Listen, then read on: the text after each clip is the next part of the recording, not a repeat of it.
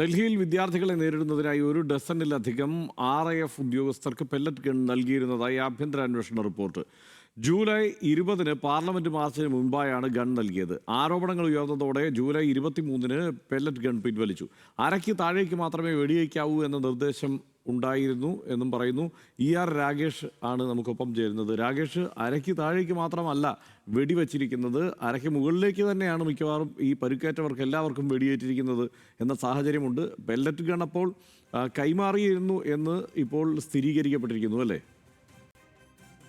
അതെ ഹർഷൻ, കൂടുതൽ വിവരങ്ങൾ പെല്ലറ്റ് ഗൺ ഉപയോഗത്തിന്റെ കൂടുതൽ വിവരങ്ങൾ പുറത്തു വരികയാണ്. കാരണം ഇന്നലെ ഒരു RAF ഉദ്യോഗസ്ഥനാണ് വെടിയുതിർത്തത്, 5 റൗണ്ട് വെടിയുതിർത്തു തുടങ്ങിയ വിവരങ്ങളൊക്കെ തന്നെ പുറത്തു വരുമ്പോൾ ഇപ്പോൾ അങ്ങനെയല്ല സാഹചര്യം. ഏതാണ്ട് ഒരു ഡസനിലധികം ഉദ്യോഗസ്ഥർക്ക് തന്നെ ഇത്തരത്തിൽ പെല്ലറ്റ് ഗൺ ഈ പാർലമെന്റ് മാർച്ചിന് മുൻപായി നൽകിയിരുന്നു എന്ന വിവരങ്ങളാണ് പുറത്തു വരുന്നത്. കാരണം 20-ാം തീയതിയായിരുന്നു പാർലമെന്റ് മാർച്ച് നടന്നതെന്നാണ് പാർലമെന്റ് സമ്മേളനം ആരംഭിക്കുകയും ചെയ്തത്. പക്ഷേ അത് പിൻവലിക്കാൻ തയ്യാറായത് 23-ന് മാത്രമാണെന്ന് പറയുമ്പോൾ ഇത് വിവാദമായതോടുകൂടിയാണ് പിൻവലിക്കാൻ സേന തയ്യാറായത് എന്നുള്ളതാണ് ഏറ്റവും പ്രധാനപ്പെട്ട കാര്യം. കാരണം ദ ഹിന്ദു ദിനപത്രത്തിലാണ് ആദ്യം ഈ ചിത്രം വരുന്നത്. ഒപ്പം പ്രതിപക്ഷ നേതാക്കളൊക്കെ തന്നെ ഈ വിഷയം വലിയ തോതിൽ ആയുധമാക്കുകയും ചെയ്തിരുന്നു. മാത്രവുമല്ല, ഉദ്യോഗസ്ഥർ തന്നെ ഇപ്പോൾ വ്യക്തമാക്കുന്ന കാര്യം, ഒരു ഉദ്യോഗസ്ഥൻ മാത്രമായിരിക്കില്ല, ഒന്നിലധികം ഉദ്യോഗസ്ഥർ ഇത്തരത്തിൽ പെല്ലറ്റ് ഗൺ ഉപയോഗിച്ചിട്ടുണ്ടാകാം എന്നാണ് പറയുന്നത്. കാരണം 5 പേർക്ക് പരിക്കേറ്റിട്ടുണ്ട്. അതുകൊണ്ട് തന്നെ ഒരു ഉദ്യോഗസ്ഥൻ മാത്രമായിരിക്കില്ല എന്ന നിഗമനത്തിലേക്ക് ഇപ്പോൾ ഉദ്യോഗസ്ഥർ എത്തുകയാണ്. മാത്രവുമല്ല, അരയ്ക്ക് കീഴ്പോട്ട് മാത്രമേ വെടിവെക്കാവൂ എന്ന ചട്ടം ഇവിടെ ലംഘിക്കപ്പെട്ടിരിക്കുന്നു. കാരണം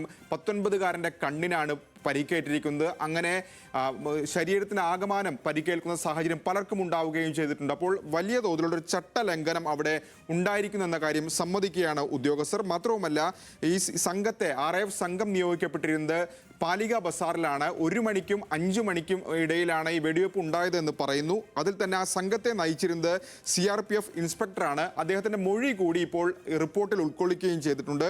അതിൽ പറയുന്നത് പെല്ലറ്റ് ഗൺ ഉപയോഗിക്കാൻ താൻ ഒരു നിർദ്ദേശവും നൽകിയിരുന്നില്ല എന്ന കാര്യം കൂടി ആ റിപ്പോർട്ടിൽ പറയുന്നുണ്ട്. ഇനിയിപ്പോൾ ആഭ്യന്തര അന്വേഷണ റിപ്പോർട്ടിൻ്റെ അടിസ്ഥാനത്തിൽ എന്ത് നടപടിയായിരിക്കും കൈക്കൊള്ളുക തുടങ്ങിയ കാര്യങ്ങൾ നിലനിൽക്കുന്നുണ്ട്. ഏതായാലും പ്രതിപക്ഷം ഈ വിഷയം അവസാനിപ്പിച്ചിട്ടില്ല. ലോക്സഭയിൽ ചർച്ചയ്ക്ക് തയ്യാറായി എന്ന് മാത്രമേ ഉള്ളൂ. പ്രത്യേകിച്ച് അമിത്ഷാ മറുപടി പറയണമെന്ന ആവശ്യം കൂടി ഇപ്പോൾ പ്രതിപക്ഷം ശക്തമാകുന്നുണ്ട്. ഇന്ന് സഭ സമ്മേളിക്കുമ്പോൾ പോലും 11 മണിക്ക് ആ വിഷയം ഉന്നയിക്കാൻ തന്നെയാണ് സാധ്യത. ഹർഷൻ. രാകേഷാണ് വിവരങ്ങൾ നൽകിയത്. എന്തായാലും പെല്ലറ്റ് ഗൺ പ്രയോഗിച്ചിട്ടില്ല എന്നായിരുന്നു ആദ്യഘട്ടത്തിൽ വന്ന വിശദീകരണം. പിന്നീട് പെല്ലറ്റുകൾ ആ വിദ്യാർത്ഥികളുടെ ശരീരത്തിൽ നിന്ന് കണ്ടെത്തുന്ന സ്ഥിതിയുണ്ടായി, ആശുപത്രികളിൽ കണ്ടെത്തുന്ന സ്ഥിതിയുണ്ടായി. അതിനുശേഷമാണ് പതുക്കെ കാര്യങ്ങൾ സ്ഥിരീകരിക്കുന്നത്. ഇതിൽ ആർക്കാണ് ഉത്തരവാദിത്തം എന്നത് ആണ് ഇനി ചോദ്യമാവുക. പാർലമെൻറ്റിൽ ഇത് വലിയ വിഷയമായി തന്നെ ഉന്നയിക്കാനുള്ള സാഹചര്യമാണ് നിലനിൽക്കുന്നത്. ആഭ്യന്തരമന്ത്രിക്ക് നേരെ, അതായത് അമിത്ഷായ്ക്ക് നേരെ തന്നെ ഈ ആരോപണങ്ങൾ ഉയരും എന്ന കാര്യത്തിലും സംശയമില്ല.